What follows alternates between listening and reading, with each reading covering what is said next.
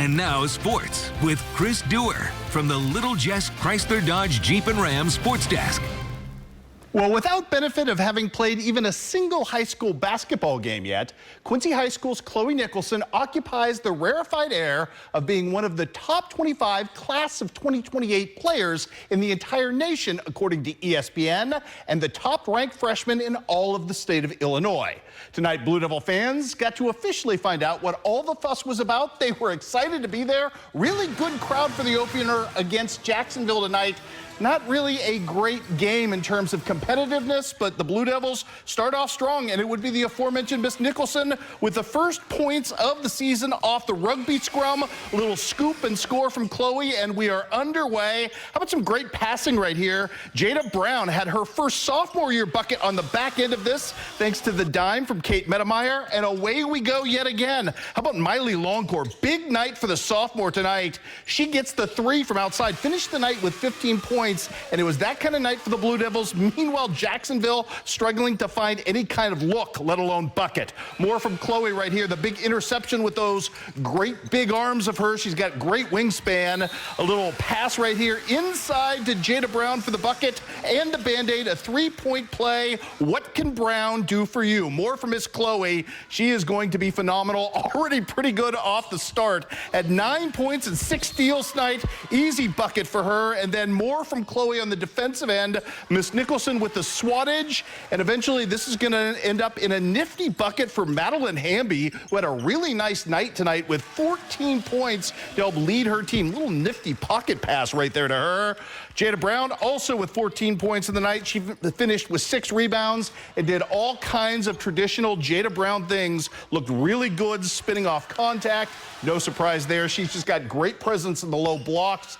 And again, more stuff coming up right here. It was 18-0 to start the game before we saw our first couple of free throws from Jacksonville. They finally scored their first field goal with 4:04 left in the second quarter. All Blue Devils tonight looking every bit the hype as they win 62-20. Great stuff on all fronts. Wish I could say the same for Western Illinois, but it was a rough night for the Leathernecks on the road against a very good Northern Iowa team as the Blue Devils, or excuse me, I should say, the Leathernecks end up losing that one 82-56. Let's talk a little football now. In case you haven't heard, there's quite the rematch on tap in the state semifinals on Saturday, set for Belleville.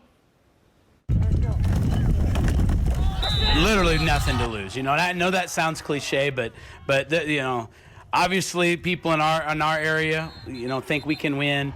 But in the state, you know, from what they returned and what we returned and who they have and who they brought in this year, you know, they're definitely the favorites. Hey, personal, I think it makes us put one at more. Instead of people thinking we're going to lose, it's like, all right, we'll show you. When the ball gets kicked off, it's 11-on-11, and it's a team game, and we got to do things from a team schematic. We got to do things in the kicking game. We got to, you know, there's just lots of aspects to the game. It's not 7-on-7, and it's not 1-on-1, and you know, the fact that it does take 11 players to get their job done, I like our chances in that regard. Althoff Catholic may have plenty working in its favor headed into Saturday's semifinal, but in contrast to its 12 prior victories, the Crusaders' well-earned air of invincibility doesn't really play here. No one in Camp Point is grousing about their next opponent and how they shouldn't be a Class 1A team, nor about Althoff's built-in roster-building advantages. You get dealt the hand you get dealt, and we knew that Calhoun and Althoff were going to be standing in the 1A South at some point. You know, and Greenfield in our minds are probably going to be 3 teams we're going to have to see because that's what's happened, and so this isn't unexpected in our mind. The focus here is purely on football for Camp Point Central, just as it was this time last year when the Panthers last bloodied a bully. In their 3 playoff games, their opponents have eight turnovers in the first half. So they have turned the ball over to them, and obviously you can't do that with as good as they are. You know, we got those takeaways last year, which were huge. So yeah, we got to get off to a great start. Yeah, getting around first time, you got to get out there. You got to show them how the game's going to be played. Take power, and they shut down. And in that regard, Central's ability to take in stride what they are facing, from a sophomore quarterback who's thrown for over 1,800 yards and 31 touchdowns, to facing perhaps the best running back in the entire state of Illinois, in Oregon-bound Duerr Jr. To make all that simply another week's assignment is a net plus working in the Panthers' favor as well. We understand who they have, but we got to look at it from a schematic standpoint. We got to look at tackling. And I mean, that's literally what it boils down to. You know, defensively, if we can tackle them in space, and then offensively, they haven't seen our offense, you know, other than last year. You know, everyone they've seen is spread. So, we look at it from that standpoint. If we have the football, they don't have it. I think the Calhoun game last week, we each got about 4 possessions in the whole game. We scored on 3 of our 4, and we held them. You know, they only scored on 1, and that's going to be the reality of it. We kept Althoff out of the end zone multiple times last year. An interception. They missed a field goal. We stopped them on the 1.